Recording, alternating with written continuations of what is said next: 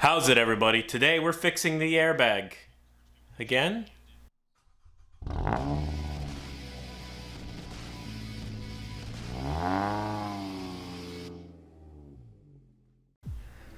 Howdy, everybody. Welcome back to Make It and Break It. My name's Andrew, and behind me is our still not street legal Chrysler 300C.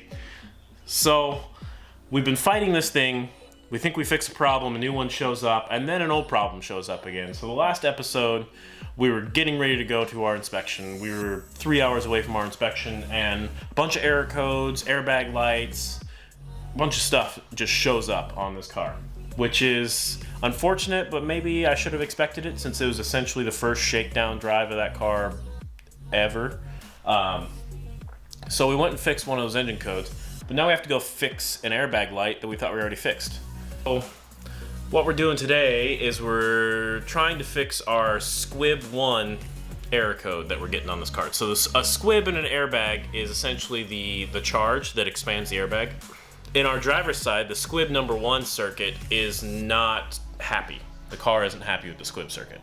So the last time we fixed this, we pulled the airbag, unplugged it, replugged it, and the light went away, which was cool and kind of fit with a lot of the other problems we're having with like loose connections and stuff like that, just not making this car happy. And that fix seemed to work for a good amount of time, like 2 or 3 visits. I went and checked it like the day before the inspection, everything was off, and then I go to the inspection time frame and the airbag light's back on. And everything I can find, airbags don't typically go bad on the inside, although this one does have a recall, but that's for something different.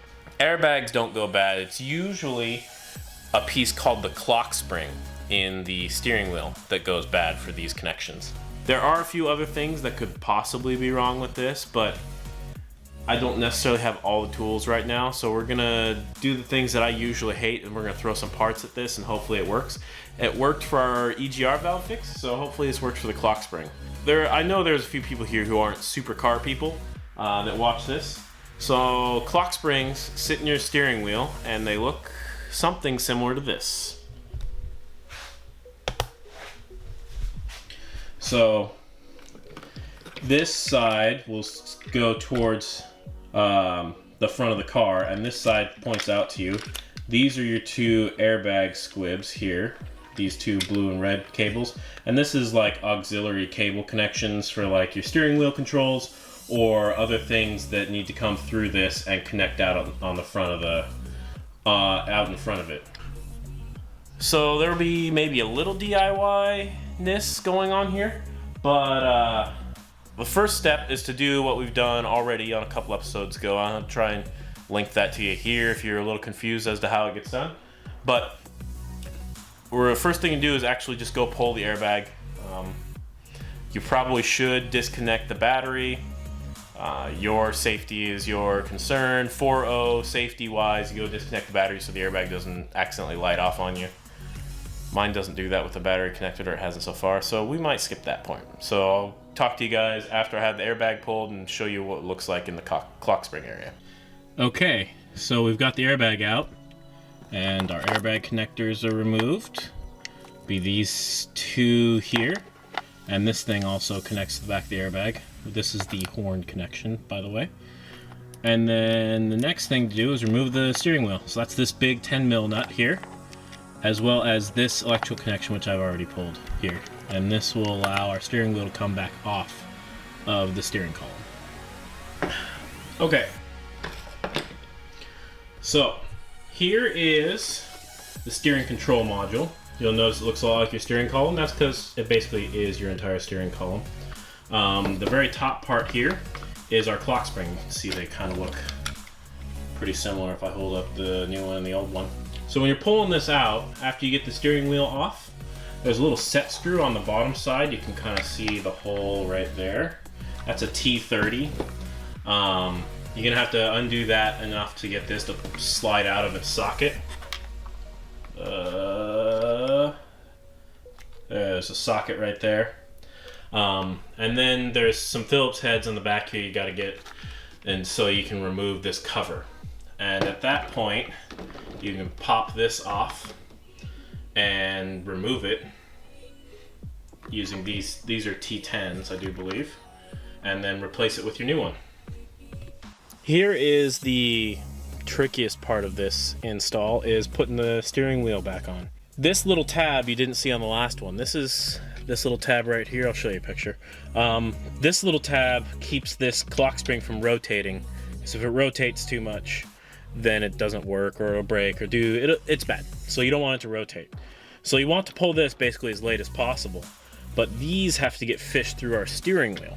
So the plan here is, and I'll show you guys the video of me trying to do this, fish these through the steering wheel, get it ready, pull this, and then put the steering wheel on while holding the clock spring in place. And that should keep everything good to go. I don't know. We'll see how it goes. Okay. So.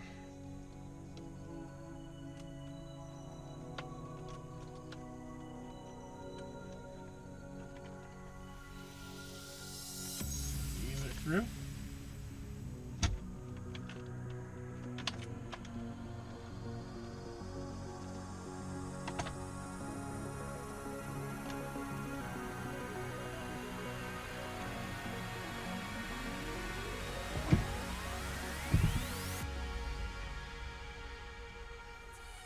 Hey, that kind of worked.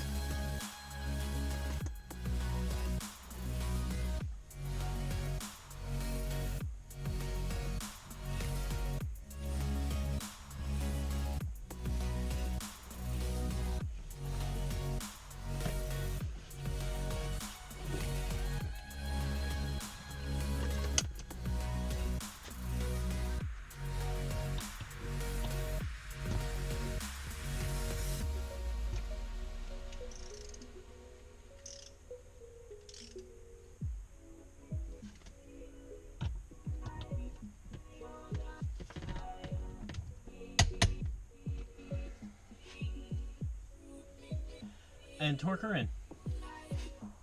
Okay, so this is a little bit of a departure from the reinstall, and this is more about me not wanting to catch an airbag to the face. Before you go put your airbag back in, especially if you replaced parts that were in there, just to make sure you don't have a malfunctioning part, you should disconnect the battery at this point if you haven't already. I haven't yet because I've had good luck with the airbag, but with new parts in there, I don't want to be inside when I turn the keys to accessory. So what's gonna happen here, I'm gonna disconnect the negative terminal here, go inside, replace the rest of the airbag, and install it back in there, turn the key on to accessory, and then come back here and hook up the negative terminal so that there's going to be power running to the airbag. So if it malfunctions and explodes, I won't be sitting in the passenger seat or the driver's seat while doing it.